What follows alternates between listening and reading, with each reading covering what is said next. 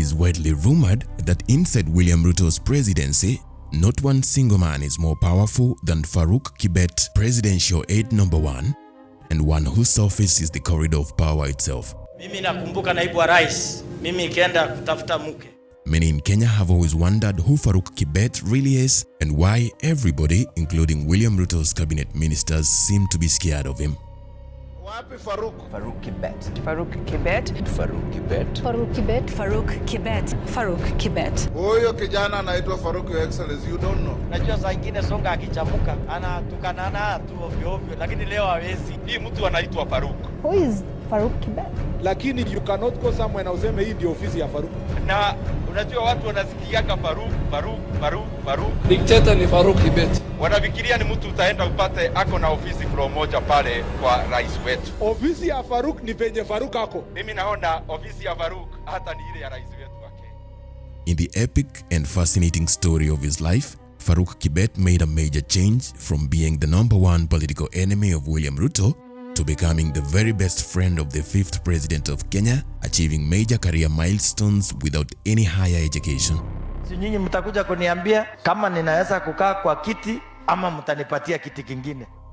Watching this video will open your eyes to what happened to put Farouk so high on William Ruto's list of priorities, sometimes even higher in command than Ruto's 2 deputies Rigathi Gachagua and Professor Kindiki. This is the story of the things that happened in his life to make Farouk have the no-nonsense military persona that he often displays in many public functions. Mimi najua kuna kitu mmefikiria sahihi. Si nyinyi mko na kitu mmeona kwangu? Si kuna kitu mmeona kwangu? Sasa ni nyinyi ndio mtakuja kuniambia mmeona nini kizuri kwangu. Farouk Taigut Kibet was born in a place called Tarbo in the present-day county of Uasin Gishu in the village of Kapkechuit, Chepsaita. He was born on March 31st, 1965, celebrating his 61st birthday in the year 2026. Because I had planned really to talk with you. Farouk was educated at Chepkemel Primary School in his home area of Tarbo, although deeper research could not establish where he attended secondary school, if at all, with many political players in Nairobi, among them Farouk's political enemy and ex-deputy president Rigathi Gachagua, claiming that not only did Farouk not step into a secondary school, but he did not even go past standard 6 in his primary school progression.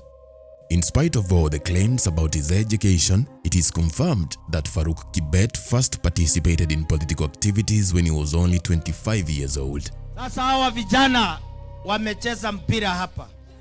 Mimi nitawapatia hao vijana milioni 2 waende Denmark. At first, Farouk would register as an active member of the powerful ruling KANU party, and he quickly made a name for himself in the villages as the #1 defender of President Daniel Moi in Uasin Gishu.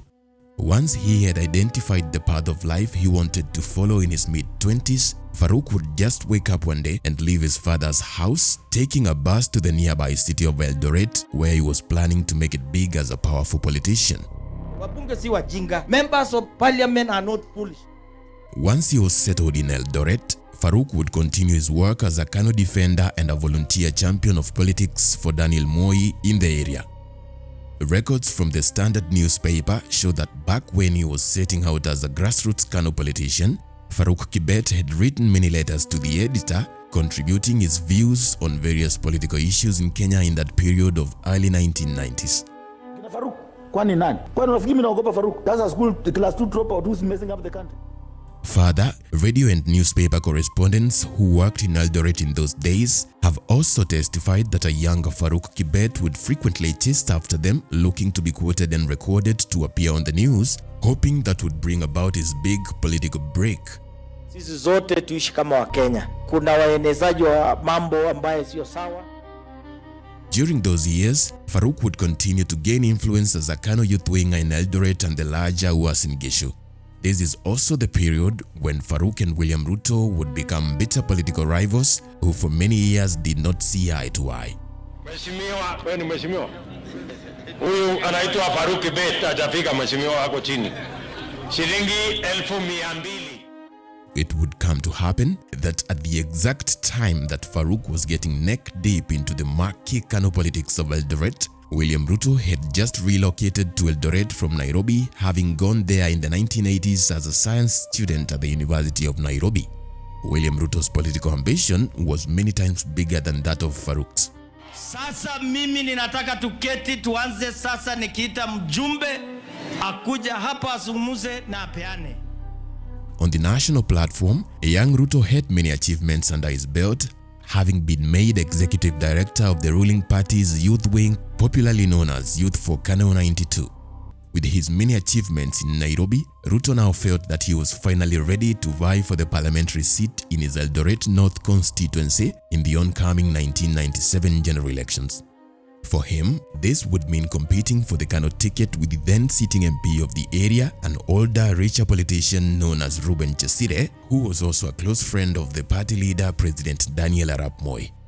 Reuben Chesire was also the employer to Farouk Kibet, having hired the young mobilizer to sell his agenda and subvert his opponents on the ground in Uasin Gishu. Na ajabu ya Musa wako kwa serikali, lakini kutoka Nairobi kukuja kwa mashineni hawataki. William Ruto's bold and unexpected move to go against Reuben Chesire in the parliamentary contest came out of the internal wrangles and divisions facing the ruling party back then. A faction of the influential youth leaders in Kano, led by men like William Ruto and Cyrus Jirongo, disagreed with their senior counterparts in the party about key decisions in Kano. In spite of President Moi's own efforts to resolve the old versus new conflict in his party, the young people, led by Ruto and others, decided to escalate this disconnect, and they came together to form a new political outfit inside Kano, which they called the United Democratic Movement, UDM. UDM was threatening to break away if Moi's men in Kano leadership did not involve them in all decision-making processes of the party. Apart from William Ruto, other Kano youth wingers who joined the UDM were men like former Lugari MP, the late Cyrus Jirongo, and Kipruto Arap Kirwa.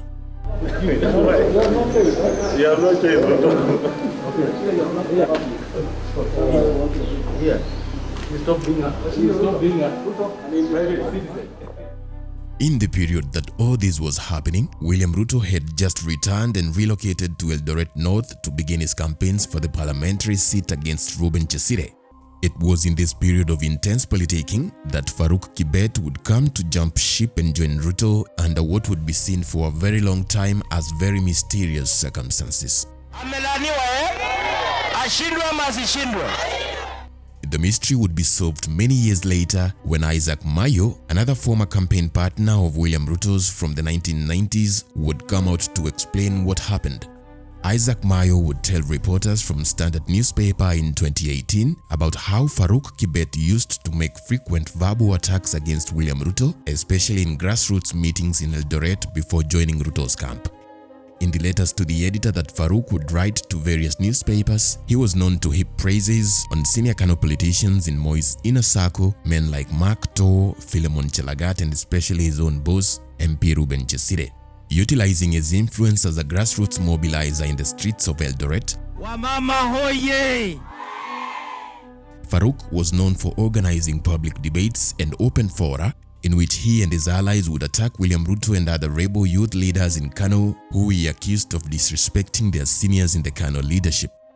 Isaac Mayo, who had been one of William Ruto's campaign team managers when all this was happening, would admit how William Ruto felt intimidated by the frequent attacks by Mr. Kibet and therefore devised a sinister plan to steal Farouk Kibet from the Chesire side and sign him over to his side. Farouk Kibet. That way Ruto would win the elections easily in Eldoret North. Farouk Kibet himself has talked about what happened when William Ruto called him for a private meeting with his proposal, saying how on the day the meeting happened, he and Ruto would finish by embracing each other in a brotherly hug and so to never betray each other again. Isaac Mayo says that looking back, William Ruto's move to convince Farouk to stop attacking him and instead join his team was a stroke of genius, a decision he says would completely change the outcome of the parliamentary race in Eldoret North that election season.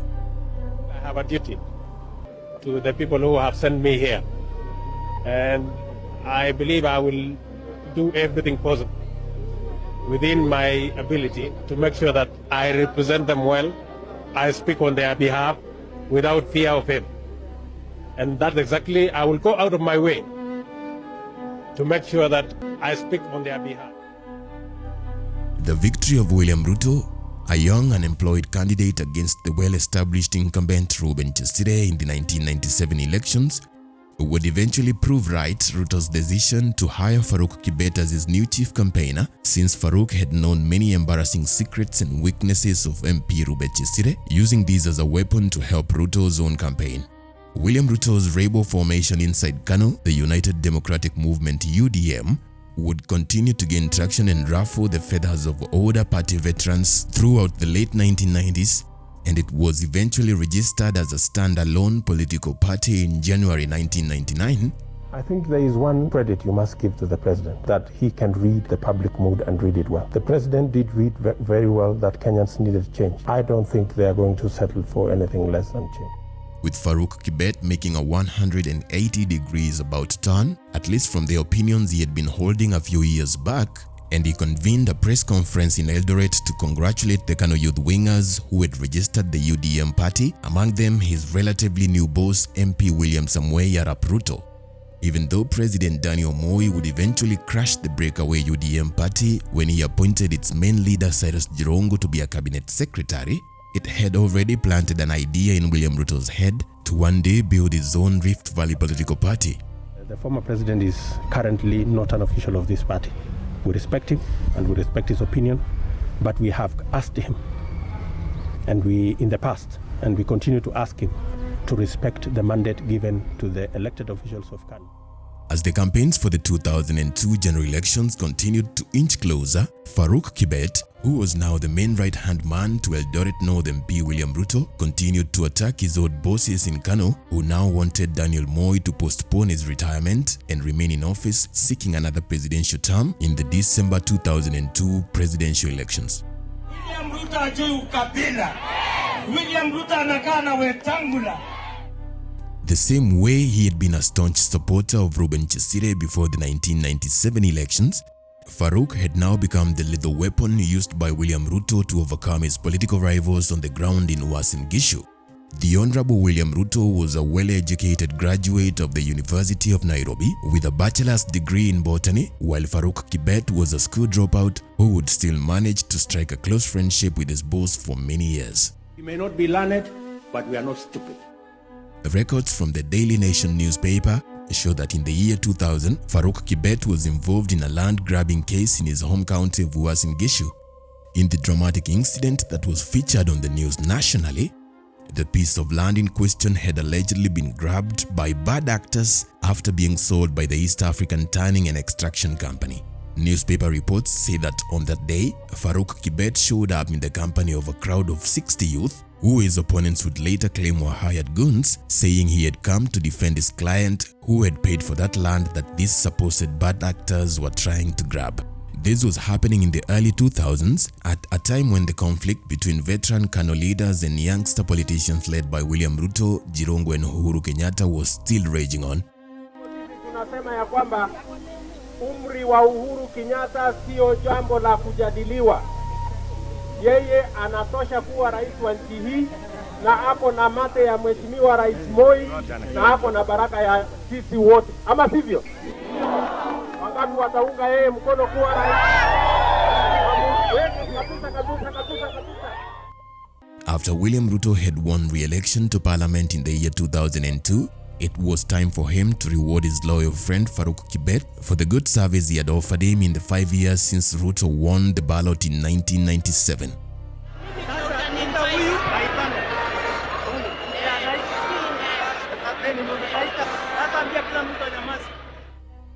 With William Ruto's help, Farouk would leverage his own political experience and influence to be elected as the councillor for Wareng Ward in the year 2003, a position he would hold until his term ended in 2007. As a councillor in the local government in Uasin Gishu, Farouk would continue to be an ardent defender of William Ruto in the Rift Valley politics, where Ruto still had the dream of one day inheriting Daniel Moi as the regional political kingpin. In the year 2003, the year Farouk was elected councillor in Wareng, William Ruto and his Kanu party were in the opposition after the election loss of their presidential candidate Uhuru Kenyatta to Mwai Kibaki in December 2002. And then shortly, Moi opens the door, And with a lot of force, the door opened. So we stood up, and then he asked me, looks at me and says, William, where is Uhuru? I tell him, I think Uhuru is at home. So he says, call him and prepare the concession speech. He asked you to prepare the concession? Me and Uhuru now, to prepare the concession speech. A story is told that once upon a time in that period, when the new president Mwai Kibaki had a planned visit to Eldoret in March 2004, William Ruto and Farouk Kibet had a plan for the president. It is recorded that a few days to that year's agricultural show of Kenya celebrations, where President Kibaki was the chief guest, Farouk would show up at the main police station in Eldoret with a strange request. The officers on duty at the said station that day would be surprised to see Farouk Kibet arrive in the station accompanied by a group of young men. His request to the police was simple. He wanted to be allowed to lead public demonstrations and protests against President Mwai Kibaki in Eldoret on the very same day when the president was supposed to be there for that ASK show. Ati commissioners wanapingana na police. Mimi nataka kuambia hawa raia ambaye ni commissioners, there is no day mnaweza recruit police. Upon further questioning by these police officers, Farouk admitted that his protests were on behalf of local MPs William Ruto, Davis Koros, Joseph Lagat, David Sudi, Charles Keteo and Nick Salat. Farouk, wewe ndio unapanga hiyo mikutano yote? Ate ya vijana. Wewe. When asked for a proper reason, Farouk would claim that he and his colleagues at the police station wanted to protest against Kibaki's new fertilizer prices introduced by the government and a move by Transport Minister John Mishuki, who had temporarily halted operations at the airport in Eldoret without offering any explanation to the local people. Oh, we are very fine. For the first time, we want to prove that the Kibaki government that the constitution was not about KANU and about Moi. It was about the people of Kenya. You're not very used And- to this. Well, The event attended by President Mwai Kibaki on the morning of 3rd of March 2004 would eventually happen without Farouk Kibet getting his permit to stage a maandamano protest, even though his sustained opposition to Kibaki's administration would not stop on that day. In a separate event, Farouk would once again criticize President Mwai Kibaki in public, faulting Kibaki's decision to appoint Mudi Awori as vice president following the death of Michael Kijana Wamalwa in August 2003, saying Awori was too old for the office and it should have been given to a younger politician who was still able to do the work. Mimi ni Sifuna. Sasa wewe utakuwaje Sifuna leo ukue rais kesho? Itawezekana? At the time when President Mwai Kibaki's government said that retired President Daniel Moi was required to go to a police station and record a statement concerning corruption accusations put against him, Farouk Kibet would this time organize a successful demonstration in Eldoret protesting this directive. Mimi nataka niseme shetani ashindwe. Ashindwe ama asishindwe. This was a period when Kibaki's constitutional minister Kiraito Murungi was under fire for disrespecting former President Daniel Moi. Following an investigation conducted against Daniel Moi and his ministers after Kibaki had taken over in January 2003, Minister Kiraito Murungi would be quoted telling of Daniel Moi asking the retired president to retire completely from active politics and only watch on his television at home the correct way of running a government. In his protest from Eldoret after Kiraito's controversial message to Moi, Farouk said that his community of the Kalenjin was being targeted by the new Kibaki administration. He would raise concerns about the senior Kalenjin politicians and technocrats being systemically removed from leadership positions that they had held before Moi had left office in 2002. Uchaguzi mkuu ujao utakuwa kati ya makabila mawili.